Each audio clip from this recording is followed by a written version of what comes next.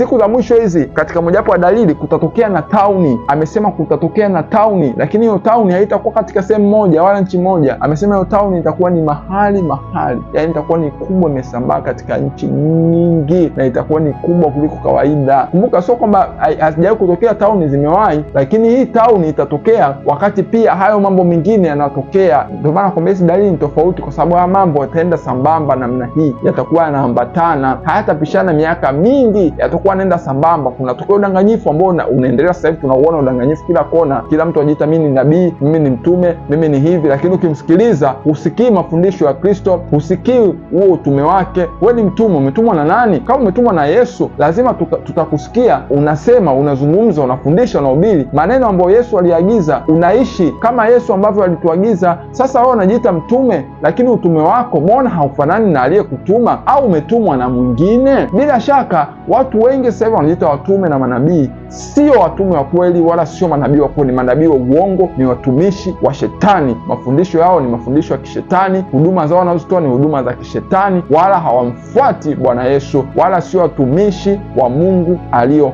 hai. Ninasema hivi kwa sababu haya mambo yalishatabiriwa, sio kama ni kitu kipi ambacho kinatokea. Kuna mtu anasema Ukristo sasa hivi kuna waongo wengi.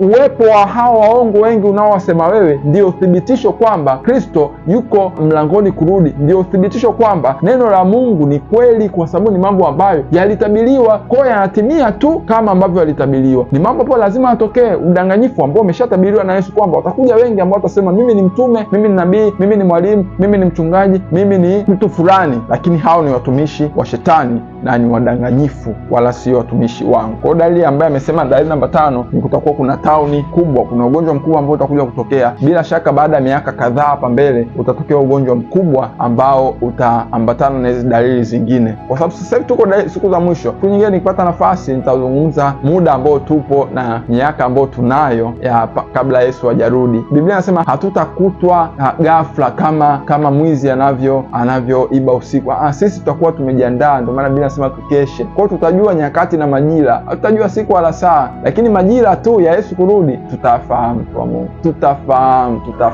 tutafahamu kwamba sasa tuko yani majira, haya mazingira, muda wote tunachukuliwa, muda wote Yesu anakuja kutuchukua. Tunafahamu. Kwa kaa tayari, tunapozidi kujifunza tutazidi kuvifunua na vitu vingine zaidi, lakini ambacho nakijua kwa hakika kwamba Yesu anarudi, na sasa tuko siku za mwisho kabisa, na hizi dalili ambazo tunazisema hapa zitaanza kutokea kwa kiwango kikubwa, zitaanza kutokea kwa uwazi zaidi, zitaanza kutokea kwa wingi zaidi.